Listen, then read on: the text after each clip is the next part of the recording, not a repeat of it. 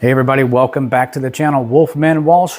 And tonight, through the power of technology and editing, we're gonna take 2 years worth of shorts, videos, pictures, and nonsense and put them all together to make one video that I should have made in the first place about this, the R2D2 in D2, the R2D2 mod.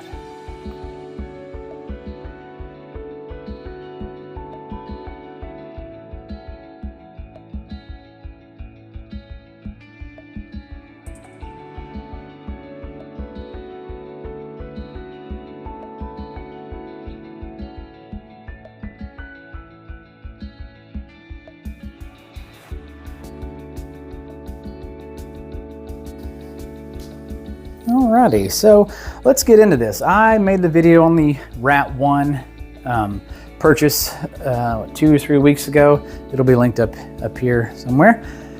And it just dawned on me that I didn't make a video on the R2D2. Now, this was done when I was first becoming a part of this channel. I wasn't a main character. I'm still not a main character. I'm a secondary character. But I wasn't as frequent on this channel as I was then, or as I am now. So I didn't make a full video.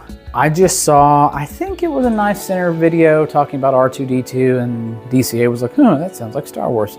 And I was like, oh, it does. And I was like, I'm gonna do this. So I purchased the R2D2, and this is a picture of what it looked like originally. So when it came in, I had the light tan handles and just the satin finished blade. But I had an idea of where I was going, what I wanted it to look like. I actually tried to look up on eBay some white handles, and I was gonna try to do a fade from white to dark blue. They didn't have any, so I stuck with the tan. Now I actually got this from Blade HQ, not from Knife Center, because at the time, I think Knife Center was out, so I had to buy it from Blade HQ, but I got the idea from Knife Center, so that's that. So yeah, when it came in from Blade HQ, I opened the box, actually did a short. I'll throw that in here now. Hey there everybody, welcome back to the channel, Wolfman Walsh here. Just doing a quick update about a new project knife that I've picked up. This is the Ontario R2D2. This is the Blade HQ exclusive. It is in the D2 steel, making it affectionately the R2D2. Going to be doing some modding on this, but I gotta say, there's 2 glaringly sharp issues with this knife.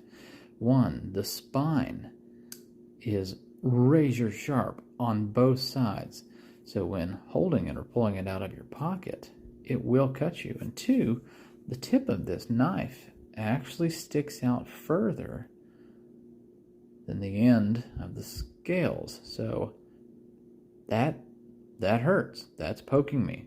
It sliced my other finger that I'm holding the camera with. So we're going to take care of those issues and do some modding on this in a video coming soon. Check it out.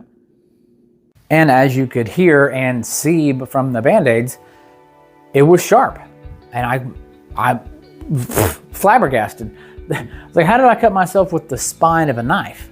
That shouldn't be that sharp. So I ended up taking my grinder to it. Work, sharp, sander, there we go, English is tough. And just barely going down the spine on both sides. And then I took some, I think 300 grit paper, that's what I had, and just hand sanded the sides down to where no longer sharp. And I also had the tip. I could do this and my finger would hit the tip. And it was very sharp. So back to the work sharp, I kind of shortened the length a little bit and then reground, that's a word, resharpened the blade to the best of my ability. While I was on eBay looking for white handles, I found these red screws and red pivot. And I was like, perfect. That helps out because it looks like, you know, R2's eye. Do not touch me. Stranger danger. Stranger danger. Perfect. So first I tried dyeing the handle. And for some reason, I tried to dye it blue, and for some reason the blue didn't take it first. And I was like, I'm doing something wrong. And I was doing something wrong because I was new and I was trying to do something without asking Enzo for help. I was like, I can do it on my own. So the brown just got darker.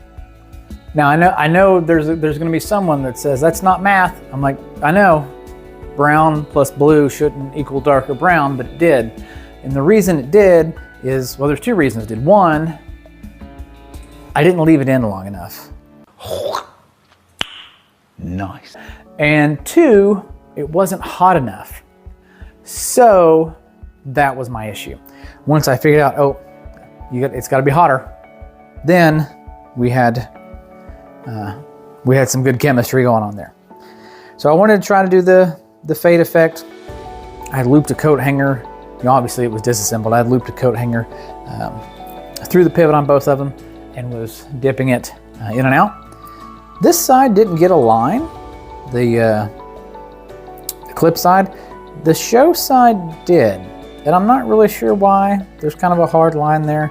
I'll get some B-roll shots. You can probably see it, but I'll always have B-roll shots from outside. And I don't know why, because they were at the same height, same depth, going in at the same time. Not sure. Well, it was at this time that we were experimenting with different media and how it would affect a stone wash.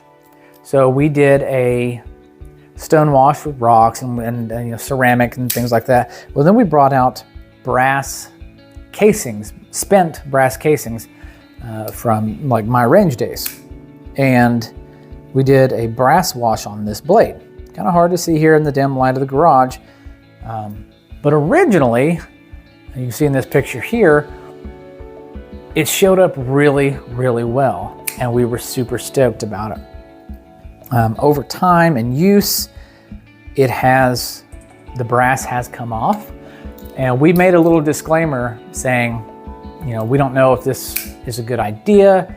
It may come off in food. Don't do this if this knife is gonna be used for food. We said that, it's in the video. So there you go. And it has come off quite a bit. There is still some brass pigments to it, but in comparison to the Lakota mod, where we went full Kaioken times 10 on it,